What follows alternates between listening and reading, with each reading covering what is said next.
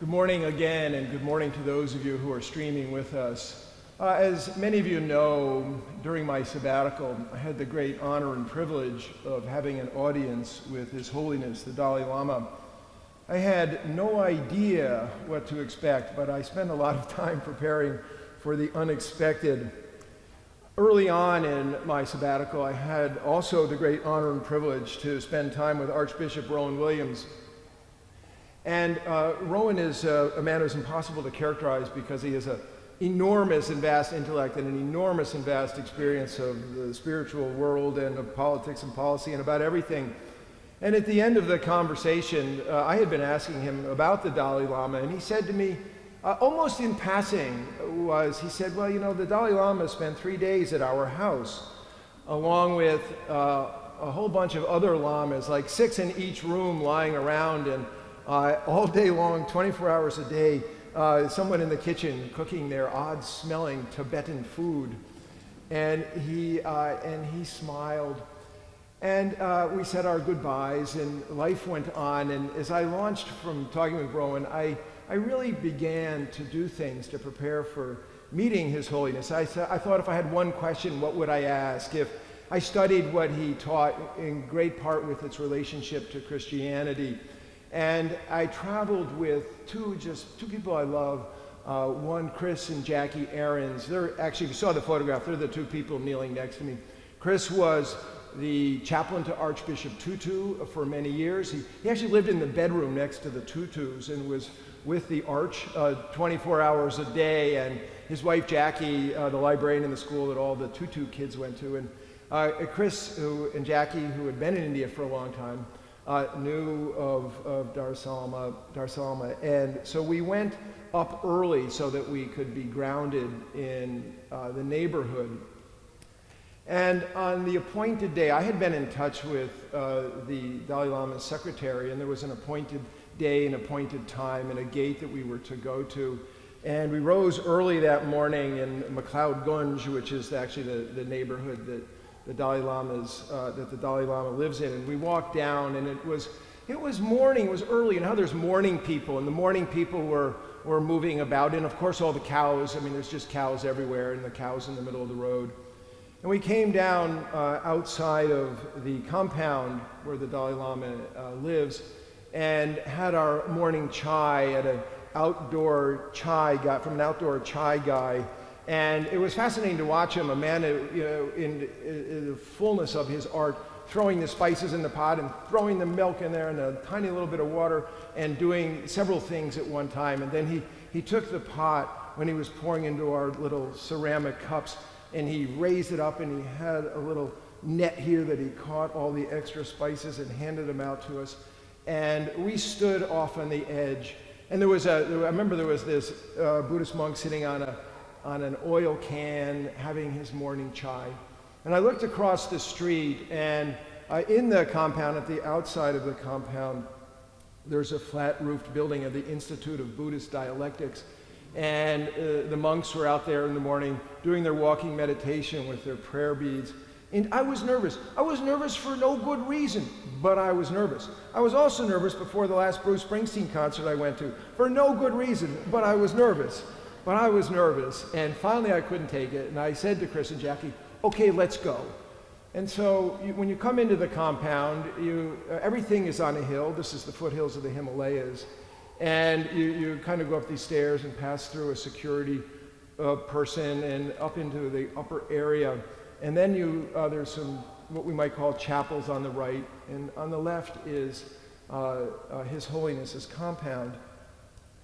And we moved in, there was a few people outside of a door, and we came into this little room, and they had a list of people who were going to have an audience with him that day. And my name was left off the list, and it said, Chris and Jackie Ahrens, chaplain. And I said to Chris, oh man, you got it. Anyway, I showed him my phone with the letter from the secretary, and soon we were through. And as we came into the inner compound, there was a security check. And you give up everything that you have with you. As you may or may not know, the Dalai Lama is considered an enemy of the Chinese state, I believe. And so they do everything to protect him from random violence or not so random violence. And it was the most thorough body search I'd ever had. But it was so graciously done when it was over. I said, thank you, which I haven't done at TSA when I've had their kind of body search. Maybe I should begin to say thank you to them too. As we walked away from security, a man came up to me in a blue herringbone jacket and said, Peter. And it was Sen, the Dalai Lama's secretary. And he said to me, you look good. And I thanked him for that. I was wearing my collar, which I hadn't worn for months, and I was wearing a black cassock. And he said to me, I'm the one that wanted you to wear the collar and the black cassock because His Holiness is 88 years old and he can use all the visual cues that he can get, and he'll very much like that you're a religious person. And also, he said, I went to a Jesuit school and I used to love seeing the priests in their cassocks. And then he said that he was very pleased that we were here today and that he had put us at the end of the line so that His Holiness could spend more time with us and speak with us, and that we could have a picture together at the end. And so he put us in a waiting room. And while we were in the waiting room, we watched other people who were going to have an audience with him walk by. And I marveled that so many of them were dressed. They were all dressed in their best clothing. But I had never seen clothing like these people were wearing. I didn't even know where they were from. And my friend Chris, who's much more worldly than I and has spent most of his life living in Africa, was noting some of the countries where these people were from, countries I had never heard of, by the way. And so just as I finally started to relax, Sen stuck his head in the door and said, okay, why don't you move on up.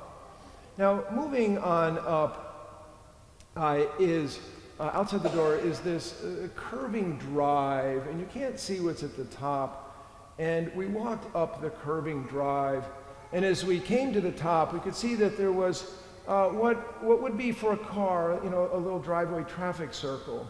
And on the far side of that, His Holiness was seated in a large chair, and there was other lamas around, and some other people, not clear who they are.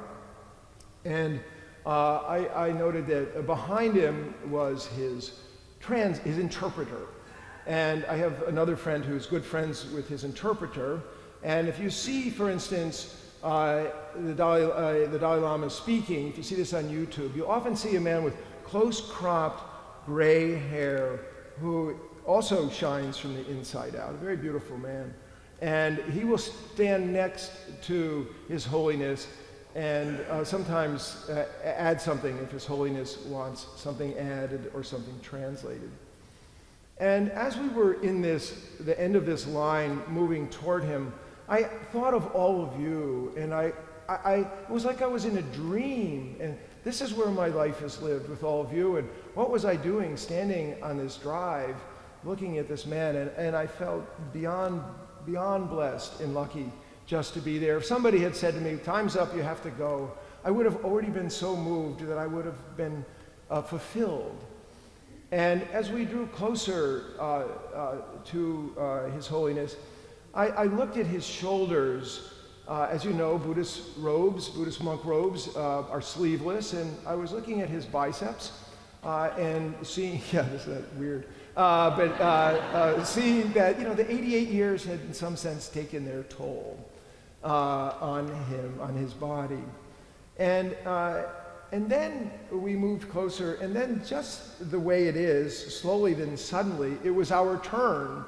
And we moved and we knelt in front of him. And again, I'm with Chris and Jackie.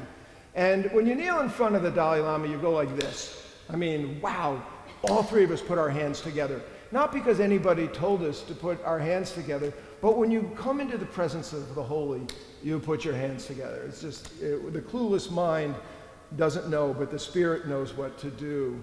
And as I was looking at him, I heard a voice say, a chaplain to Archbishop Tutu. Now you may know that the Dalai Lama and Archbishop Tutu were very close friends. Bishop Tutu has died.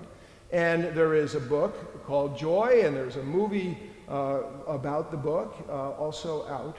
And he looked at me, and I signaled with my hands to my friends Chris and Jackie. And Chris earlier on, a month earlier, had said, you know, this is not going to change my life. It'll just be a nice patina on our time in India. And I looked at Chris's face and I thought, you're wrong, dude. Because Chris, who is a tremendous spiritual depth, an incredible man, was spellbound. And the Dalai Lama was speaking with them, with he and his wife. And while I was there, in what felt like the blink of an eye, he turned his attention on me. Oh boy. And he looked at me almost quizzically, almost wondering if he knew me, which of course he doesn't know me, and I'm very in touch that I'm a nobody. And though I had spent an amazing amount of time preparing for this moment, I was wildly unprepared. And I blurted out, Rowan and Jane Williams send their love. Because when I left Rowan, as we were walking away, he said, well, if you see His Holiness, tell him that Jane and I send our love. And that just came out of my mouth. And I said it, and he looked at me. Now, he's very close friends with Rowan, and I was reading a book by the Dalai Lama the other day, and he said Rowan Williams is a close friend of his, a spiritual compatriot, he called him. And so he clicked his ear like this, his neck, and out of nowhere appears his interpreter, who leans in and says, Rowan Williams, former Archbishop of Canterbury. And he nods, and then he looks at me, and he leans in to look at me, and he starts to smile with his eyes and with his lips. I don't know what he's thinking, but he's like, oh, he's a friend of Rowan, he's maybe not a bad guy. I don't know. But whatever it is, he smiles at me, and I am telling you, the picture somebody saw, I smile back. And I'm smiling with my feet. You know, there's that phrase, if you smile, the world smiles back. Well, if the Dalai Lama smiles at you, I have to tell you, you smile back. I was as happy as I could ever remember being. My son Phineas was so taken with the photograph, when I saw him later, he said, Pops, man, when you're dead, we're gonna put that picture on the cover of your Order of Service. I am smiling at the Dalai Lama, who's smiling at me. And then he claps my hands like this, and then he lets go, and he takes my right hand. He's got a good grip. And he pulls my right hand toward him, and he lifts up his hand to say a blessing. And then he closes his eyes, and he turns his inward spiritual attention toward me. And when he does that, I suddenly feel as though my heart has been shot out of a cannon, like a bazooka shooting my heart in reverse, and I am stunned into silence. I'm kneeling in complete stillness, and I'm viewing my heart shooting backwards. And while my heart is shooting backwards, I see this image of His Holiness as a Himalayan mountain of silence. And I can see the upper face of the mountain. I can see the snow-capped peaks, but the mountain is transparent, and it is empty, and it is filled with spiritual silence. The mountain is filled with spiritual attention. And as you may know, he was taken from his mother as a 4-year-old in preparation for him to become the Dalai Lama, and the 14th Dalai Lama, and was trained in silence. And his average normal day for his normal life, he would spend 5 hours in silence a day. But I believe now that he's 88, they let him sleep an extra hour, and maybe they gave him a break down to 4. And while I was there, all I could think of was, people wear watches that count their steps, and imagine, it would be uncountable the number of hours that this man had spent in silence. And then I experienced not only his silence, but when he began to speak, like a cascading mountain river during flood season. I experienced from the peaks this silence shooting out of his heart and into my heart, and it reminded me of a flooding river that explodes the banks of a brook. And I started my sabbatical. My brother Fred is here, and his daughter Elise lives on this bank called Minister Brook, and they had a huge storm, and the huge storm moved enormous boulders by the rushing water. And I could see that this water flowing down shot me in reverse, that I was a boy in front of a mountain of a man. I was a boy. And I did not know what any of his words meant, but it didn't matter because they bore the weightiness of this life of spiritual attention. And I thought of all the religious words that are said, right words, good words, but we receive them as blah, blah, blah, blah, blah, blah, blah, because there is no weightiness behind the words. There's no spiritual silence and power behind these words. And I was overwhelmed. I was completely overwhelmed. I knew that I would never forget this. And then the words that I know that he spoke had a deeper meaning to me as I went through the things that he taught in my head. Suddenly they were moving the boulder of my human heart. Just the simple things that His Holiness says. And then when he was done, he dropped his hand and he leaned in and he looked at me, and I was dumbfounded, frankly. And then he turned and he looked at Chris and Jackie and he smiled. And he said some other things that none of us understood, but the folks around him understood. And I think what he said was, "I'd like to take the picture now," or something. I don't know what it was.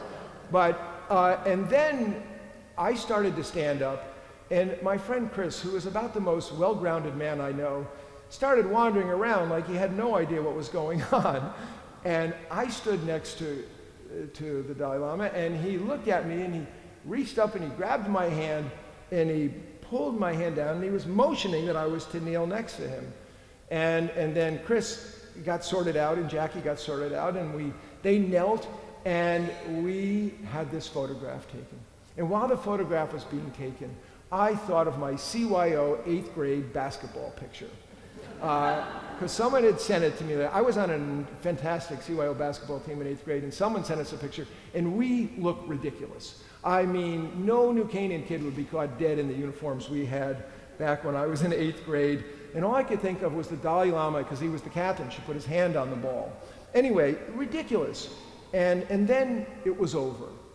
And we stood up, and as we walked down the drive back down, I felt like Peter, James, and John, who'd been on the Mount of the Transfiguration, having to come back down the mountain. I was stunned into silence and hoped not to speak for several days. My friend Chris, stunned into silence. And I found out later he didn't want to speak for several days. And then I found out that Jackie just cried. She just cried. She cried and she cried and she cried. And we moved down into normal life. And I won't drag you through the story, but eventually we're outside the inner compound, and there was a Buddhist monk. I think he was from another Asian country, and he wanted to talk to me. And usually that would be a great delight to me, but it felt like, fingers on a blackboard. And we left, again, skipping a lot of things, out into the street, completely disoriented by the daily life we'd just been a part of. Now, I tell you this story not just to give you a little window into the enormous blessings that I received on my sabbatical, and I'm grateful to all of you for helping that to happen. I realize how blessed and lucky I am for that. But I also speak of it to learn about silence, but also to learn that the Dalai Lama has something to tell us about John the Baptist. Now, these are two men who are from completely different worlds and different lives, different callings, different circumstances, different times, and wildly different temperaments. Wildly different temperaments. But they are both spiritual giants. His Holiness the Dalai Lama is an international spiritual treasure. He's called such, and he is rightly so. But let's zero in for a moment what Jesus says about John the Baptist. Jesus says that John the Baptist is a burning and shining light. And then he also says, among those born of women, there has not risen anyone greater than John the Baptist. And both of these men emanate an overwhelming spiritual presence. I just described one look at that. But Jesus says of the John the Baptist followers, many of whom become his followers, he says, you rejoiced in his light. I mean, clearly Jesus thinks that John the Baptist is something. Now, both John the Baptist and the Dalai Lama have had an enormous impact way beyond the scope of their given religious authority. I typed into Google yesterday, most popular spiritual leaders in the world today. And of course, the Dalai Lama is at the top of one or two in all of these lists. And as you know, Google then says things like, people also ask, who's the highest spiritual leader in the world? The answer, Tenzin Gyatso, the 14th incarnation of the Dalai Lama, who lives in exile as a refugee in India. And of course, His Holiness has won Nobel Peace Prize for his efforts to promote peace and nonviolence. And I witnessed that day people from the world coming toward him to be in his presence. Well, the same sort of thing is true for John the Baptist. The Gospel according to Mark, which is the center part of our Raridas here, is a book that doesn't get enough credit for being one of the most important books ever written in the world. It is the first biography, really the first theography of Jesus. And on the 5th verse, it says, and people from the whole Judean countryside and all the people of Jerusalem were going out to him. The same sort of thing was happening. People are streaming toward John the Baptist. And we're going to hear in the reading from the Gospel according to John next week that this is a problem for the religious authorities in Jerusalem. And for those of you who've been to the Holy Land, you know it's a long walk from Jerusalem to where John was doing the baptizing. And we also know that John the Baptist shows up in extra-biblical histories, like in Josephus, where Jesus does not show up in any other place besides in the New Testament. And in the New Testament, John the Baptist is the last and greatest of the Hebrew prophets. And there's still 60 to 100,000 Mandeans in the world who follow him as the greatest of all prophets. Now, both of these men have men of enormous spiritual silence. They're both ascetics in the desert spiritual tradition. In the Bible, you don't really find the word translated as desert very often. It's translated as wilderness, but it's not a northern European wilderness. There's no trees. It's always the desert. And the Dalai Lama considers himself a common Buddhist monk, and John the Baptist was a desert ascetic. That was his natural habitat. He was born for it.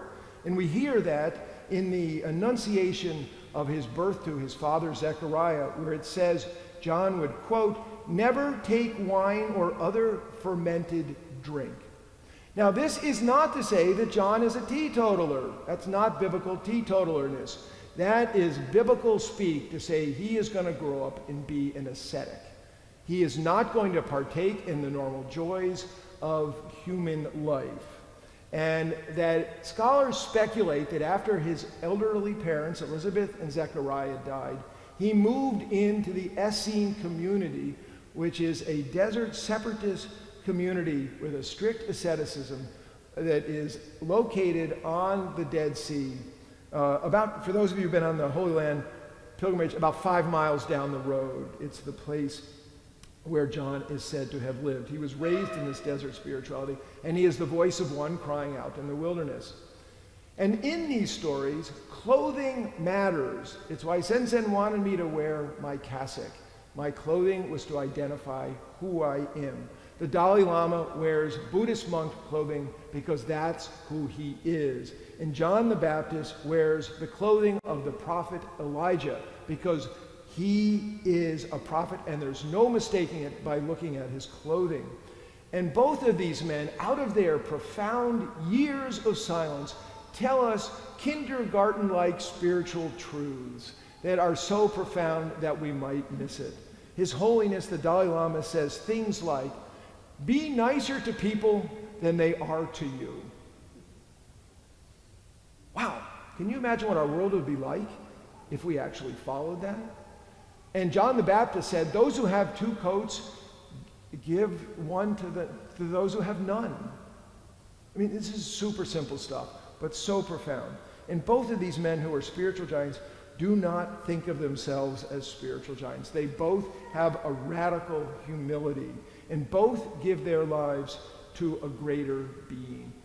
Now, we know the Dalai Lama follows the way of the Buddha, but if you want to learn about Jesus, you can also follow and plunge into his readings about Jesus. He's enormous knowledge about Jesus, far beyond my knowledge about Jesus. Enormous knowledge about Christianity, incredible, really. And of course, John the Baptist's life is wholly devoted to the coming of the Christ.